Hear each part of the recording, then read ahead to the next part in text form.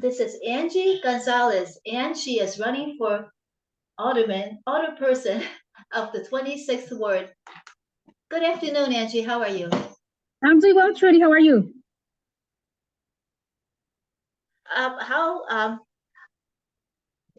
First of all, what or who influenced you to become involved in politics?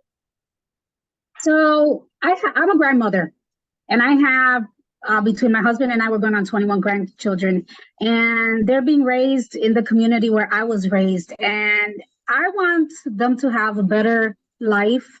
I want them to have safer streets and better schools. So my father always said, if you want something done, you have to do it yourself. And since I was not happy with the administration that is on his way out, I figure let me step up and do what I have to do to make sure that my grandkids have safer area and better schools. What was the the older person that is stepping out? What was he doing that was so was so wrong that you just had to step up? Well, it's a lot. It's a lot. So first of all, the funding that comes into the ward doesn't see that funding. It stays on one area of the ward, and it's the area that his office is at.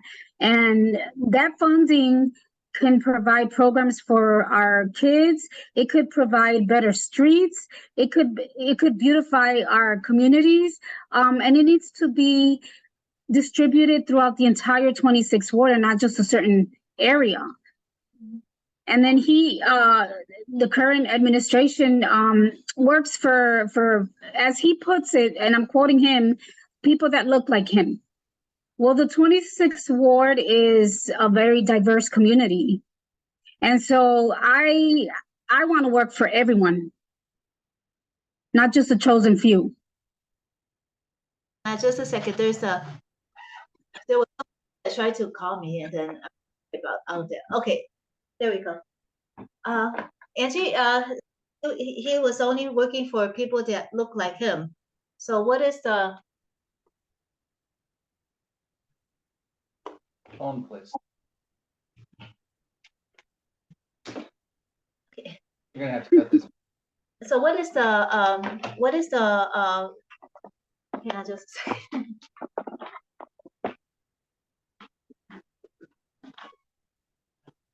Okay, what is the so the people that look like him? So that means that he's only dedicating his services to just one section of the ward, at least Correct. not the entire ward.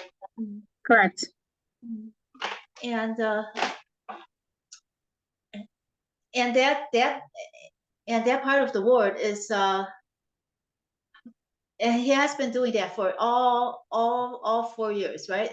As much time as he was in office. For as long as he's been in office, yes, it's been concentrated on that area and that area alone, and everyone else in the ward suffers. And now our ward has expanded to different areas, and we need to take care of that area also. We need to incorporate our new area with the old area. So, we need to take care of the entire ward, not just a portion of it. Right. And then what is the state of gentrification in the 26th ward? And was what the incumbent did that have anything to do with gentrification? Well, if you look at the old map, the ward is extremely gentrified, and yes, it had to do with the exiting alderman, because he brought a lot of developers in and created a lot of condos, and those condos, all they do is raise our taxes and make things unaffordable for us. But if you look at the new map, the new 26 ward map, if you cut it straight in half and you look at the east side of the ward, the east side, I'm going to say it's about 60% gentrified, while the west side of the ward, it hasn't reached that area yet. Or if it's starting, we can stop it before it continues. Mm-hmm. What are the neighborhoods that encompass the 26th ward? Our neighborhoods are Humboldt Park, Logan Square. We have Hermosa and Belmont Cragen. How much of Belmont Cregan do you have? There seems to be another ward, right? That also has Belmont Cregan. Right. So we share Belmont Cragen with the 36th ward. I believe we have 3 precincts from that area. I think it's 3 precincts. 1, 2, 3, 4, possibly 4 precincts from the 36th ward, which are now the 26th ward. Mhm.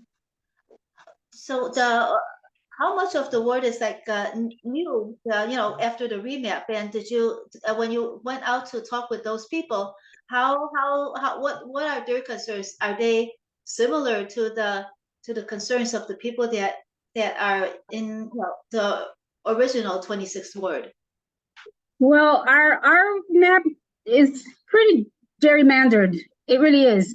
And the concerns are, especially on the west side of the map, is our area going to push us out the way the east side of the map is? Are they going to gentrify it to where long-term residents and our seniors get pushed out as well?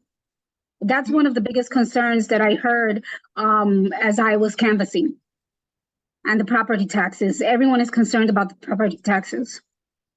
Do you have any idea how much on average they went up, the property taxes?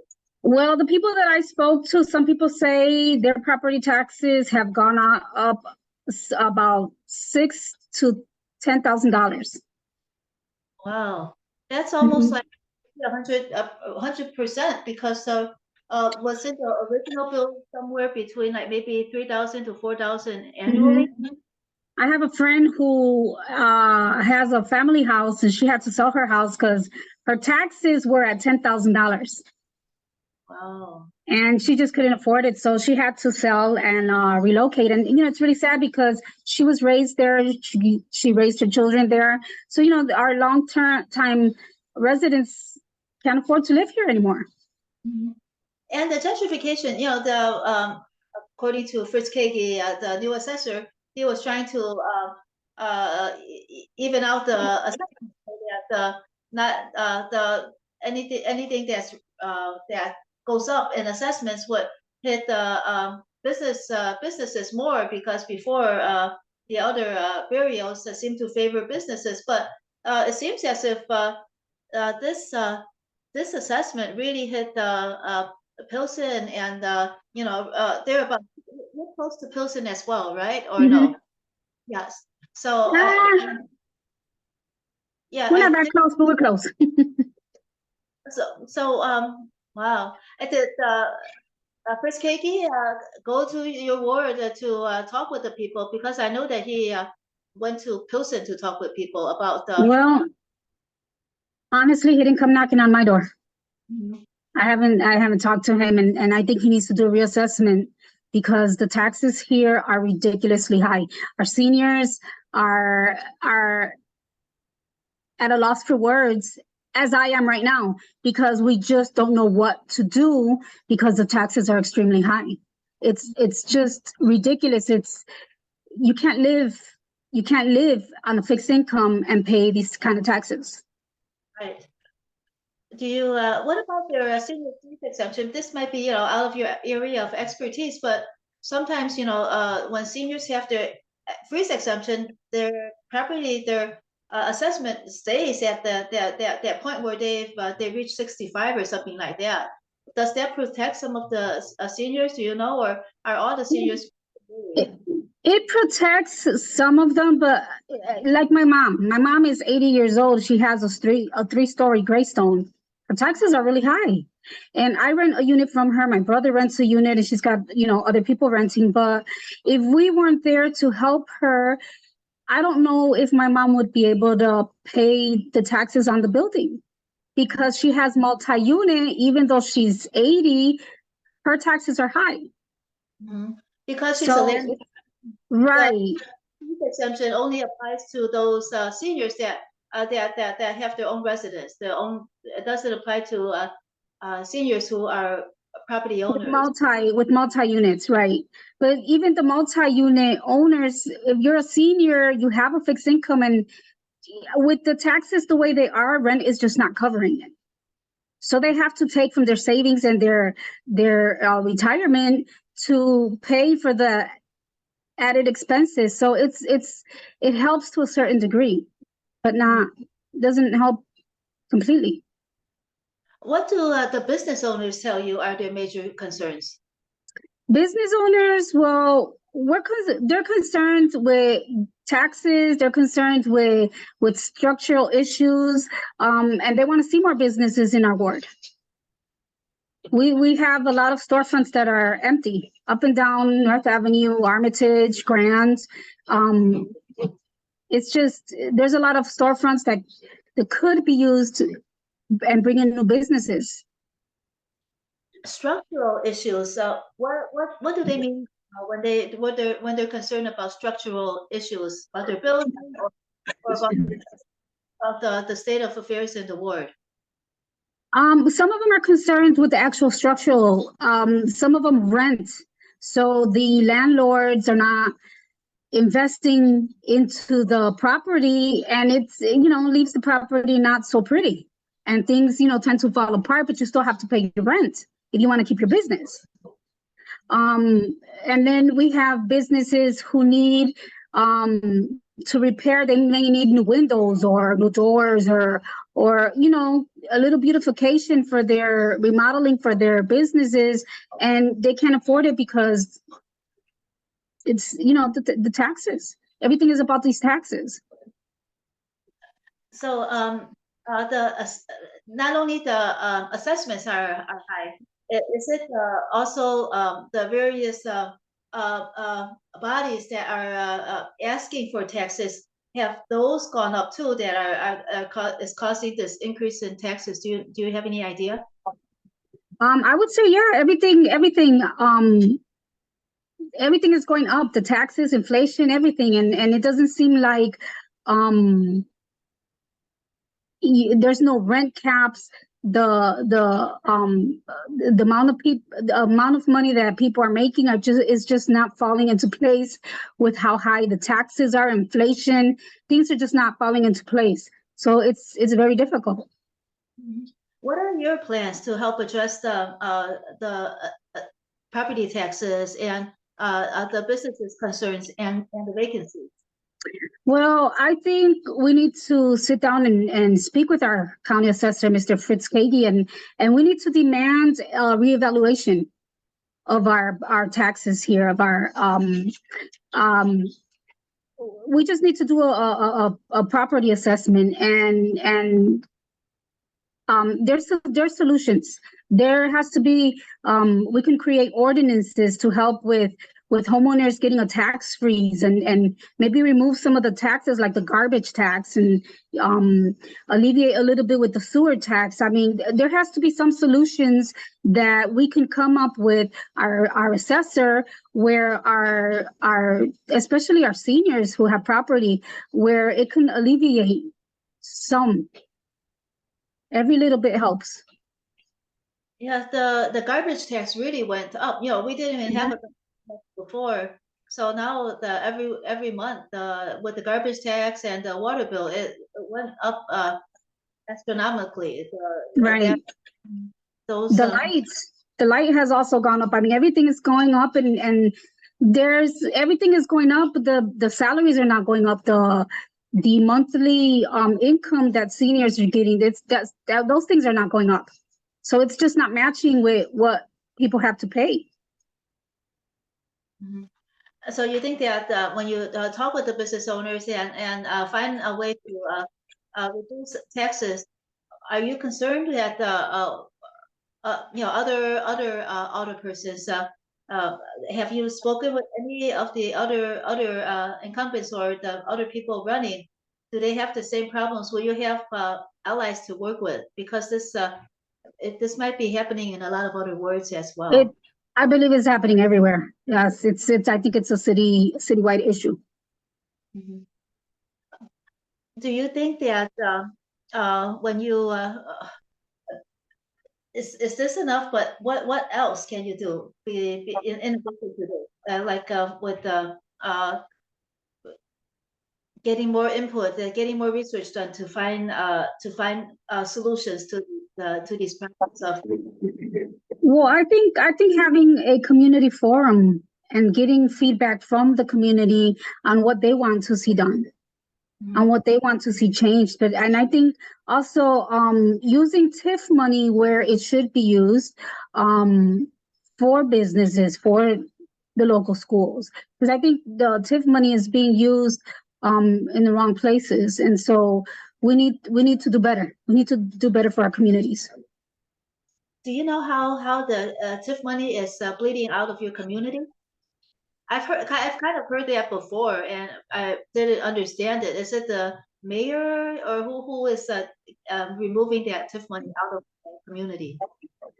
I don't think it's being removed from the community. It's actually being put into the community, but is being once again used in the same area. You know, and I'm for the arts. I'm for affordable housing. But I just think that there's a mismanagement. The TIF needs to be reassessed and revamped. So you're saying that right now the TIF money is being used to help artists and to build affordable housing like developments? It's been used for some of that. I'm not really sure what else is being used for, because we don't. One of the issues in our ward is that there is no transparency. So a lot of things are done and the community has no knowledge. Have you ever tried to FOIA how these tips are being used, or do you know anybody that's tried to FOIA to see to find the information about how these TIF monies are being used? I think I've overheard some people talking about FOIA, using the FOIA for the TIF money. I haven't reached out to them again about it, but it'd be interesting to find out what the results were. What do you plan to do to bring more funding to the 26th ward if in addition to TIF funding, to better use of TIF funding? Well, I would like to create a business chamber of commerce for all businesses in the ward. Increase the outdoor dining events and find some grant support. I would love to see more women, minority-based businesses, and I think doing activities in different areas of the ward, like Hermosa having an event where their businesses all come out and have like a carnival type of thing, and you know, you get resources out of those events. And I think every area of the ward should do things like that, generate some kind of income. You know, they said that all the monies are being just used in one ward. I mean, in one part of the ward, the 26th ward. If you were the alderperson, and so you would spread that money around, do you have any plans on how to do that, on how to use those monies? Well, the first thing, our team is going to be out there, boots on the ground. We're going to survey the entire 26th ward. We're going to see what needs to be done in our ward. And because we have new areas to the 26th ward, we have to really look and see where the problem areas are.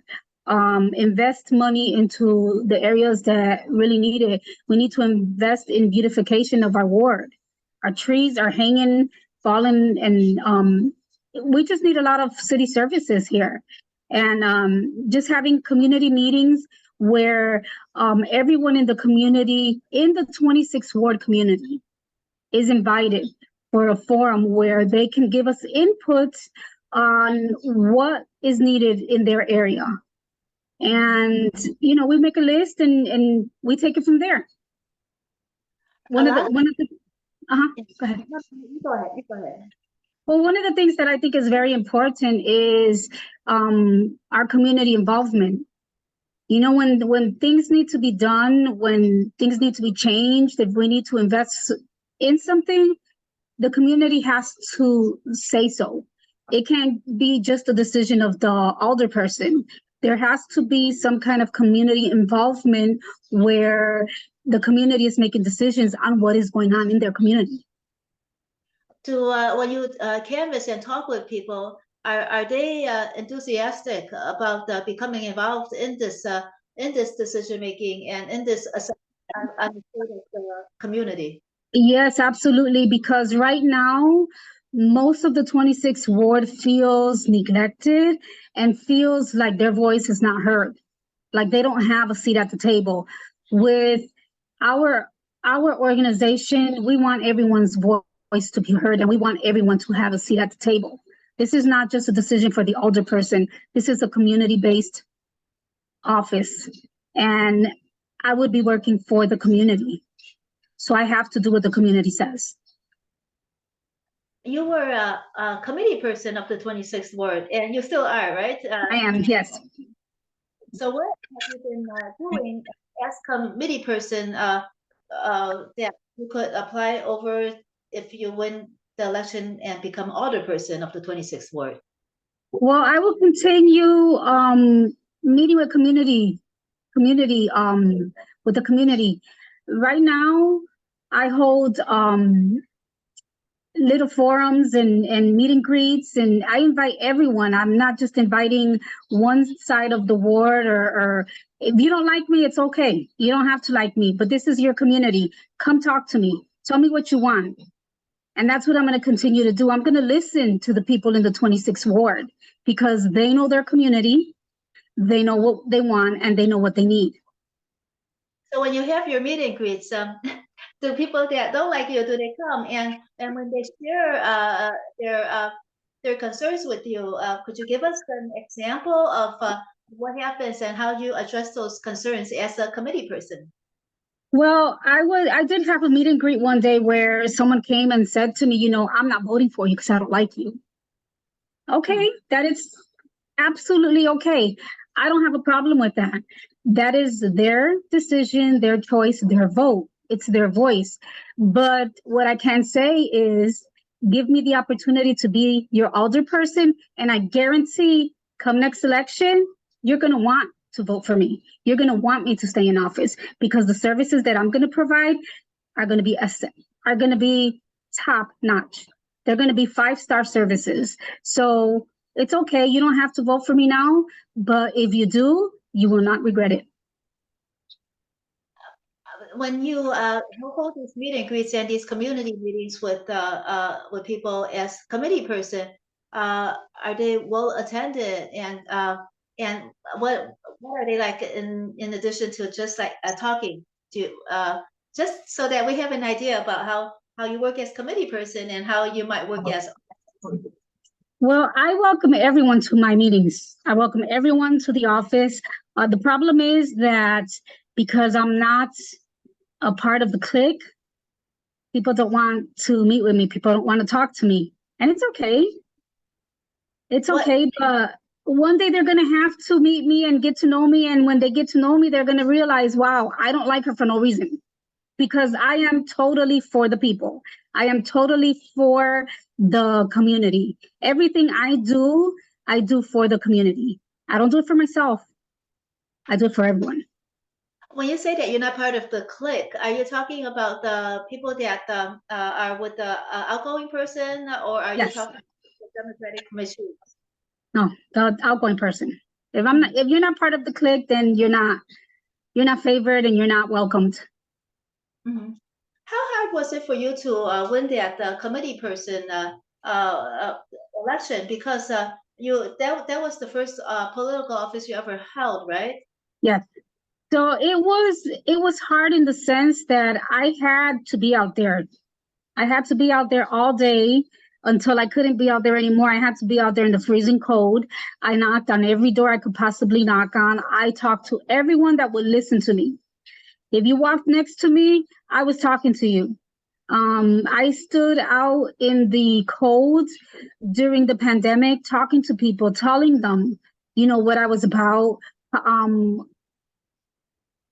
It was a lot of work. It was a lot of hard work, but people saw how passionate I am. They seen what I wanted to do, and they believed in me enough to vote me in, and I beat the incumbent with about 600 votes. Mhm. That's pretty tight, but it's still very good. Mm-hmm. Hey, I beat him. Yeah. And also, when you could you give us an idea about how many people you were able to meet every day? I know that some people would talk, and you might spend an hour with one person, right? And sometimes that could happen. Mm-hmm. Oh my I gosh, it did depend on the person I was talking to. Sometimes I would only talk to 10 people, because you would have these really intense conversations. Sometimes I've talked to 50 people in a day, because it's really sad to say, but people are just tired of the old administration. So they're like, "You're winning against who? Come on, let's do this." And so some people I didn't even really have to talk to. They just by me running against that person, they were willing to vote for me. and that person is this the current outgoing Alderperson. Correct. Could you if you don't mind, just give us the name too, because some of our listeners probably don't know. They don't know the history of the 26th ward. Well, the current alderman is Roberto Maldonado. Okay. And also, how many times did you run? Could you give us a little history about the when you ran and how everything came out? Just a brief history. So the last aldermanic election, I attempted to run. I got my signatures, and I was challenged by the three other candidates, which was the incumbent and the two others that were running. So I didn't have any financial assistance, so I was knocked off the ballot. And I teamed up with one of the other candidates. Then when the committeeman race came along, nobody wanted to run because this is a non-paying position. So I said, I don't care if I get paid. We need to do something for our community. So I decided to run. And my dad at the time had his 7th stroke, and he was in a coma. And the first, I'm going to say 2 weeks of signature gathering, I was sitting at my dad's bedside waiting for him to pass away. He passed away. It took about another week before I actually got out there. And then I decided, okay, let me get out here and get my signatures. And lo and behold, I got on the ballot. The incumbent challenged my signatures, and I got on the ballot by 1 signature. Wow, that's close. Right. And you won by 600 votes No, close to 600 votes. I even won his own precinct. Congratulations. Thank you. My father always told me, if you want something, you got to go for it, and don't ever let anybody stop you. How are you running now versus how you ran during the committee person race? What are you doing? Well, now I don't have that many finances. I don't have as much as the other people running, but sometimes it's not about money. Sometimes it's about who you are and what you stand for. And so I have a team of people that we go out and we talk to our residents, and that's all we can do is ask them for their vote and for their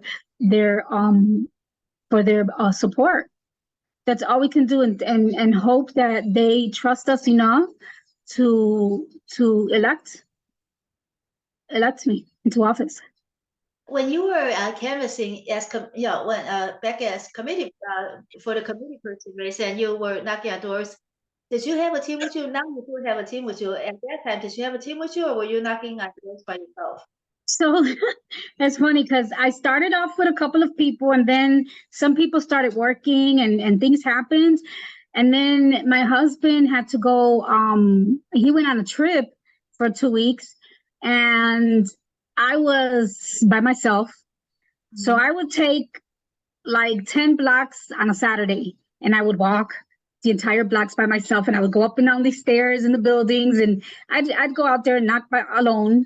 I mean, when you want something, you have to go for it. You can't expect anybody else to do it for you. You have to show people that you're serious about what you're talking about. You have to show that passion. By the end of the campaign, and like even now, are you more comfortable with your platform? And when people ask you questions, is it easier for you now to talk with people? Would you say? And at the end, I would say for me, I'm outside of my comfort zone when I'm speaking in public. So it's gotten easier for me, but I don't think it's ever going to be easy because it's not my thing. I like to work. I like to do the work. I don't care about the being the superstar or being in front of a camera. That's not my thing. My thing is I want to get the work done. So, I mean, it's gotten easier, but I still have my moments where I stutter and I get nervous because it's just not my thing. I like to be boots on the ground doing the work. well, with you're doing very well now. We could see your passion and see where you're coming from. It's Thank you're you. very. Thank you. What about crime? In other parts of the city, people are complaining about crime. Are people complaining about crime in the 26th ward? Absolutely, yes. I think this is a problem throughout the entire city. Mhm. And I think working alongside our police officers and our community leaders is really important in finding solutions to curb the crime. I would love to bring block clubs back and have monthly meetings with the police and the block club president, and my office, and just talk about what's going on in the different communities of the 26th ward.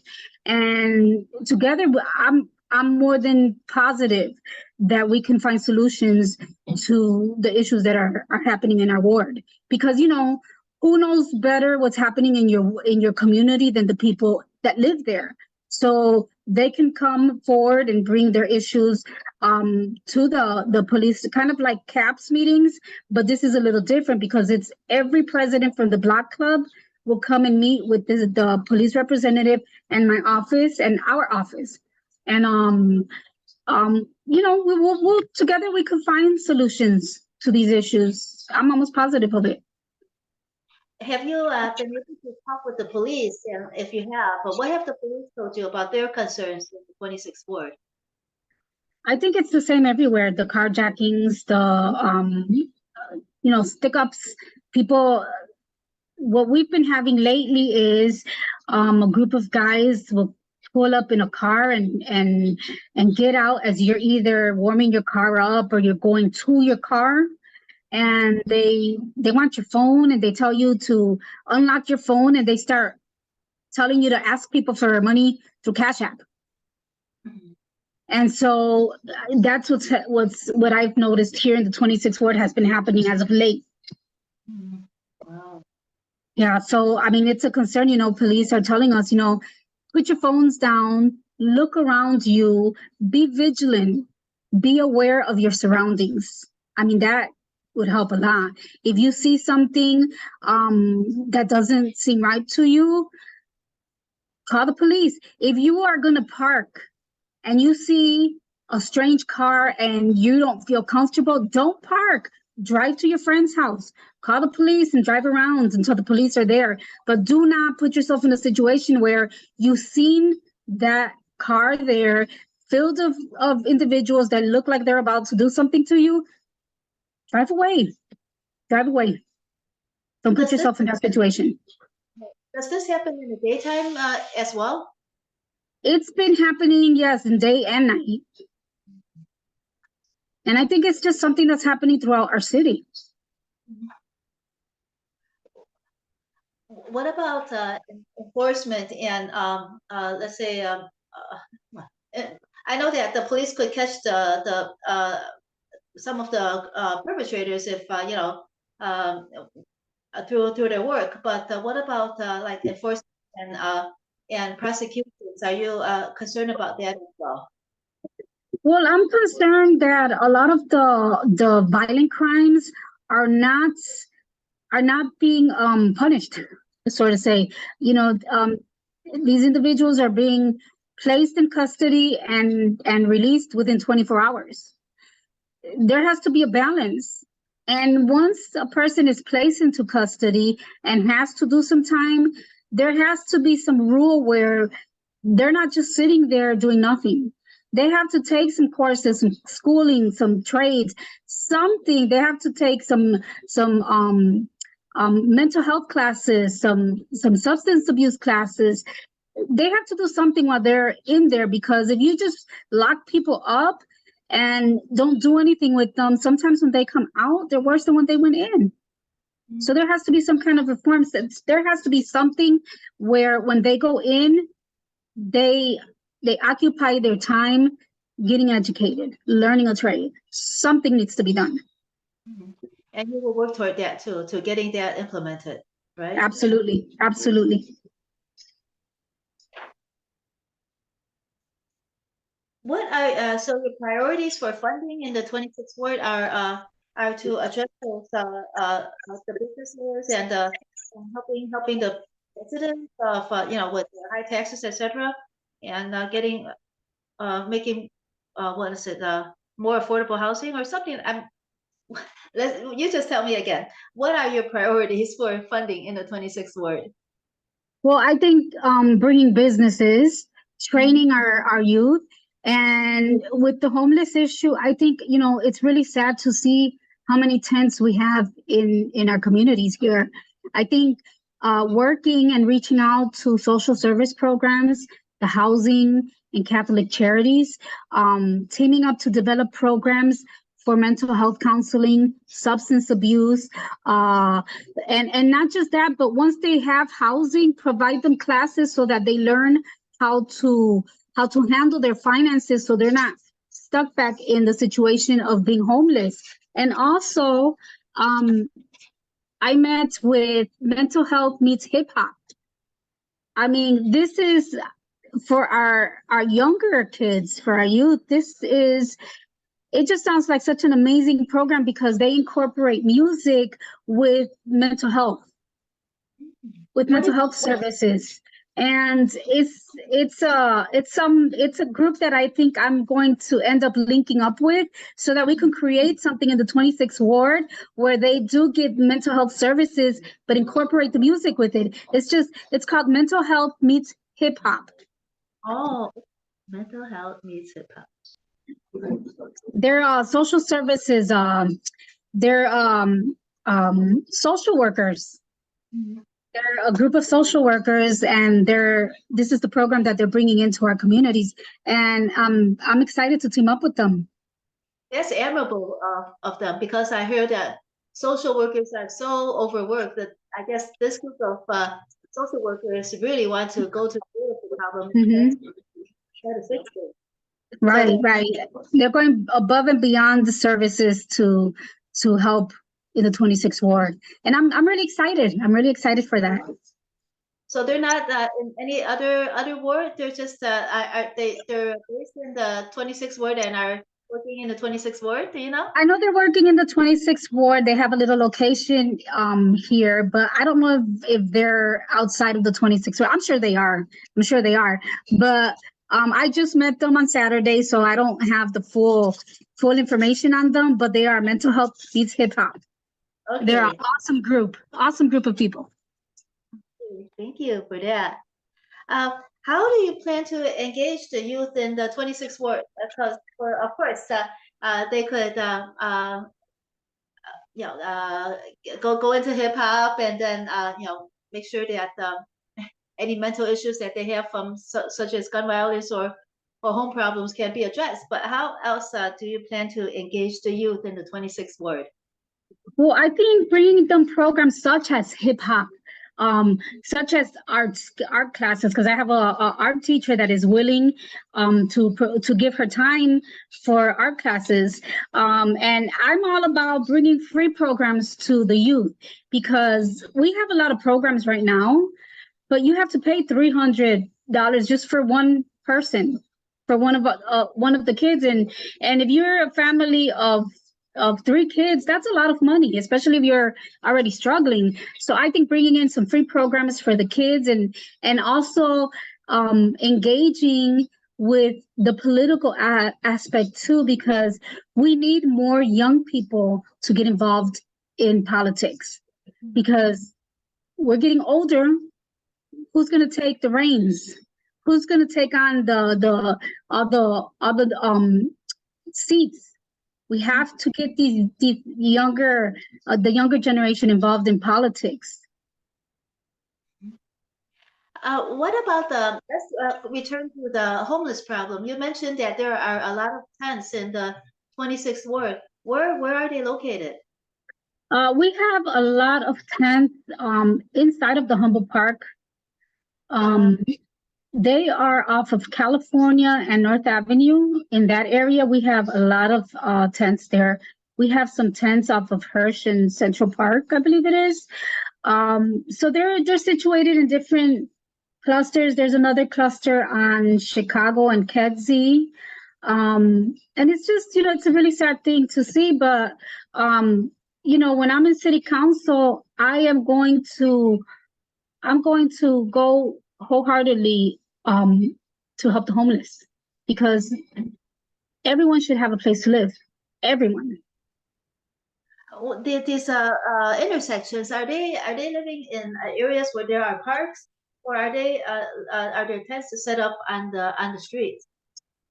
So 2 locations are under viaducts. The one on Chicago Avenue is under a viaduct, right at a main intersection. There's another one that's under a viaduct in a community that has family homes.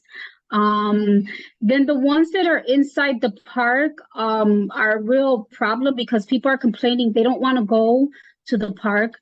They don't want to take their kids to the playground or go play basketball in the court, because there's a lot of homeless tents there. So it's an issue for our community. But yes. No, you go ahead. Well, we have to find resources to help them get back on their feet. There are resources there is funding. We just have to be able to put the funding in the right places. Mm-hmm. And what funding are we talking about? So there's Bring Chicago Home, I believe it's what it's called. They have funding where the money is set aside for homelessness, for mental health issues. It's an ordinance that it has not been passed yet in City Council, but I'm going to push for it. Mm-hmm. And those tents in Humboldt Park, they remind me of the tents that we have in Rogers Park at a park that's called Trudy Park. Mm-hmm. Do you have any idea when those tents started appearing? Have they been there before? It's the orange ones, right? Orange ones. Are you talking about the ones that? Yeah. When did they start appearing in Humboldt Park? I'm going to say they started. I'm going to say towards the end of the summer, I believe I started seeing them, or the end of fall. I can't remember exactly, but I do remember I started seeing them, and it was like, they're better quality. So I guess the cold doesn't get in as quickly as the regular tents, but it's just not a way to live. That's not housing. Are the park programs, they have to move up? Because at Trudy Park, I think there was a lot of needles, etc. And they had to move the kids programs out of the park. What about in Humboldt Park? Well, that's the problem that we're facing right now. We don't want to move our kids from the park, so we have to figure something out for our unhoused people. We can't keep them there, so we have to figure something out. As leaders of the community, we have to figure something out. Mhm. What about the residents? Are they also concerned about this as well? Do they talk with you about this? Yeah, I mean, they're concerned. Some of them say leave them alone. They're not bothering anybody. Some of them say I want my kids to go to the park and not be afraid. So, you know, it's a 50-50. But still, it's an inhumane way to live. And like I said, as leaders, we have to find solutions. About how many tents are there in Humboldt Park? Did you approximately In one area, I think I counted maybe 50. 50, 50? In one area, yes. That's a lot. Yeah, that's a lot. Yeah. I think we Other- need to do an assessment and find out exactly how many people are there. Are there any, do you know of any groups that are working there to help these individuals, to at least try to help these individuals? Well, I know we have some of our Chicago police that go and help feed them and give them items like clothing. I know that our organization, we go and we've been there. We've taken them coffee and some soup and blankets. There's a church that goes out and also provides assistance. So you know, we're trying to help them cope until the real solution comes for them. And, what about the outgoing person, the outgoing alderperson? What do you know if that person is doing anything in regards to these homeless people? Well, honestly, I believe he's the one that started providing the tents. You know, and that's not a solution. That's just a band-aid for some people. So I'm gonna have to say no to that. Right. Okay. I see.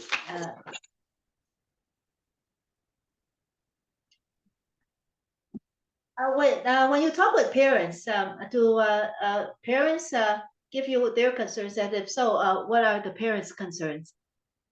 About the tents? Anything. When you talk with parent voters, do they give you feedback about what they're most concerned about? Well, I think what they're concerned about is the schools. They want better schools. They want programs, after school programs. We don't have after school programs. So that's their biggest concern. Better schools, funding for our schools so that we can have after school programs for the kids. So other neighborhoods have after school programs, but not the 26th ward then. If we have, well, I'm not gonna say we don't have. We have very minimal, and it's not afforded to everyone here. Wow.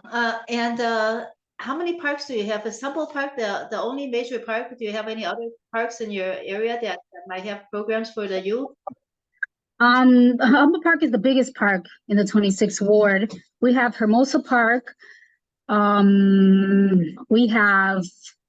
There's like a little park in the Logan Square strip.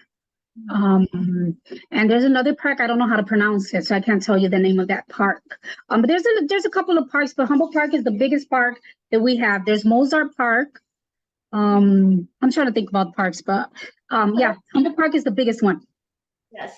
Well, just one more question, and then we have to end this. Do you know if there's a homeless problem in the other parks? Are there tents in the other parks? I believe there's tents everywhere. Yeah. There may be less than there are in Humboldt Park because Humboldt Park is the bigger park, but I believe there are tents everywhere. Yes, as in the rest of the city as well. Well, yes. Angee Gonzalez, thank you so much for joining us in this interview, and also good luck to you, and good luck to you when if you win and help resolve all these problems that you described to us about the 26th ward. Well, thank you so much for the opportunity to speak with you. Okay. Have a great one. Thank you. You too. Bye-bye.